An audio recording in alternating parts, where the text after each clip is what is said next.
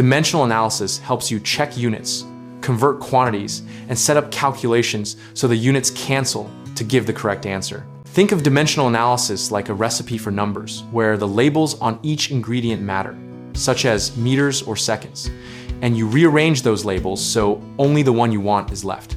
You write down what you know with its units, then multiply by conversion factors written as fractions that equal 1, so units cancel out, and you keep going until the units match the units you need.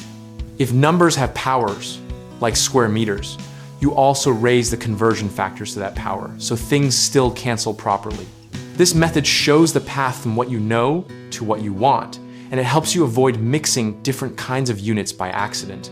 A common mistake is ignoring units and treating them like just numbers, which leads to wrong answers.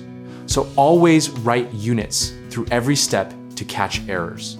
Another error is using the wrong conversion factor orientation, so units do not cancel. Flip the fraction so the unwanted unit is opposite the same unit you are canceling. Students sometimes forget to apply exponents to conversion factors for squared or cubed units. And the quick fix is to raise the whole conversion fraction to the same power as the unit. Visit www.gumballdegree.com for more videos and resources on dimensional analysis.